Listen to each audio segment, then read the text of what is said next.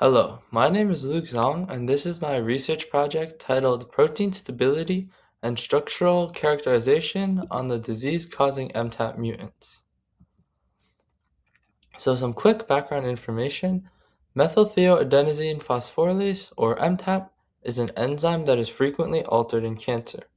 While some MTAP deletions are well studied, the structural and stability effects of individual point mutations remain poorly characterized. So understanding how specific MTAP residues can affect oligomerization and thermal stability can help to clarify structure-function relationships and inform therapeutic targeting. So some past research experiments have found the structure and function of MTAP in the human body. They found that MTAP is a trimer and it has a molecular weight of approximately 90 kilodaltons. Other past research experiments have found connections between the MTAP enzyme and many types of cancer, such as bone cancer, and MTAP has also been found to be deleted alongside the tumor suppressor gene CDKN2A, which suggests that there is a connection between the MTAP enzyme and cancer, so more research needs to be done into that. So next is the research question and hypothesis for my experiment. This experiment had two sets of research questions and hypotheses. The primary research question was, do specific MTAP point mutations affect the thermal stability of the protein compared to the wild type? And the hypothesis for the primary research question is that the mutant MTAP proteins will display altered unfolding temperatures relative to the wild type MTAP. As for the secondary research question, the question is, does mutation of the MTAP enzyme alter its oligomeric state or structural stability? And the hypothesis is that the MTAP mutants will show altered oligomeric states and structural stability. So next is the methodology for my experiment. There are three parts to this methodology. First part is the expression and purification of the MTAP enzyme for use in the later two steps of the experiment. So the MTAP enzyme was expressed by transforming wild type and mutant MTAP plasmids into chemically competent E. coli cells using heat shock transformation.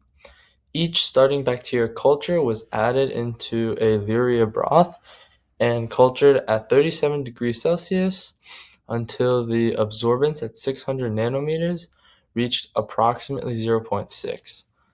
After the absorbance reached 0.6, protein expression was induced by the addition of IPTG, and each culture, the wild type and the mutants, were incubated overnight at 20 degrees Celsius.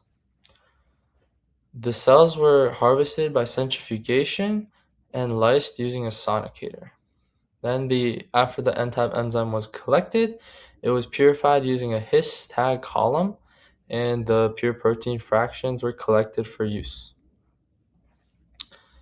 Next is the second part of the experiment, the thermal shift assay, or the thermal denaturation assay. And the purified MTAP enzyme from the first part of the experiment was diluted in phosphate buffer and pipetted into a quartz cuvette, and the temperature probe was immersed in the solution. The absorbance was taken at 280 nanometers, while the temperature was increased from 25 degrees Celsius to 95 degrees Celsius. The measurements were performed in triplicate for each protein variant, so for every mutant type, we conducted the experiment 3 times. Finally, the data was processed to generate unfolding curves, and the melting temperature was determined to assess protein stability.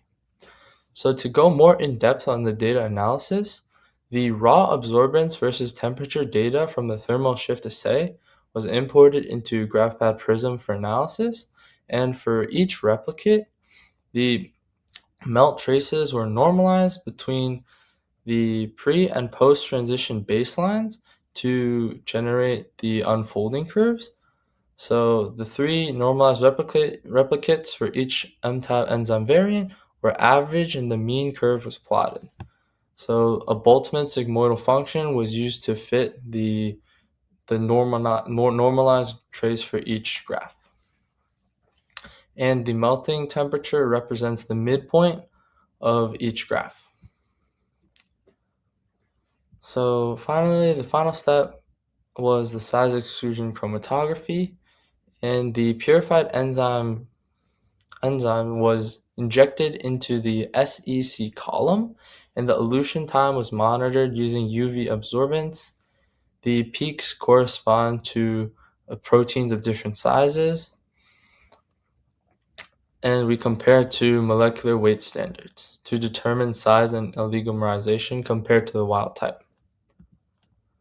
So next is the results.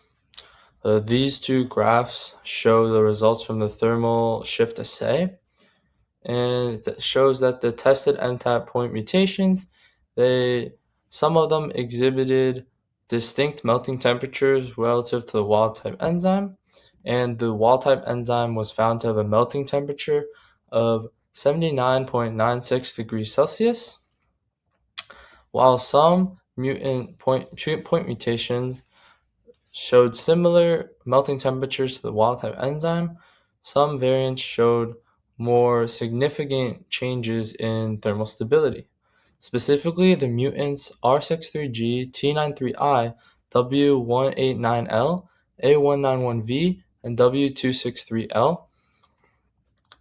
These mutants displayed melting temperatures of 74 degrees Celsius, 63.8 degrees Celsius, 65.6 degrees Celsius, 66.9 degrees Celsius, and 72.5 degrees Celsius, respectively. So the bar graphs on the left show the melting temperatures of each of the mutations, with WT representing the melting temperature of the wild type, and the graphs on the right show the Boltzmann sigmoidal curves used to fit each of the melting temperature data for each of the mutants. And as stated before, the midpoints of the baseline and the plateaus of each mutant represents the melting temperature. So this next graph shows the size exclusion chromatography data, and this shows that a majority of the MTAP mutation variants eluded at approximately 90 kilodaltons, which is consistent with the expected molecular weight of the wild-type MTAP trimer. Surprisingly, every sample apart from A218V and W263L featured a peak corresponding to a molecular weight approximately twice that of the trimer. The primary peaks of samples K40R, I46L, and A191V displayed peak shouldering, which could show the dissociation of the trimer complex. And a majority of the mutants displayed similar results to the wild type. So finally, this discussion. Some MTAP mutants exhibited significantly decreased melting temperatures compared to that of the wild type, and some mutants also demonstrated a dominant elution peak at approximately 90 kilodaltons. So this suggests that the mutations don't change the structure of the enzyme, but rather change the stability, in that some mutations had decreased melting temperatures, which suggests a decrease in stability. So future research to be conducted on this topic would be an enzymatic activity assay, so to determine whether the MTAP enzyme mutations that specifically reduce thermal stability could also impair catalytic activity or function of the enzyme. And gel electrophoresis could also be conducted to assess oligomerization and sample homogeneity under non-denaturing conditions. Thank you for listening to my presentation.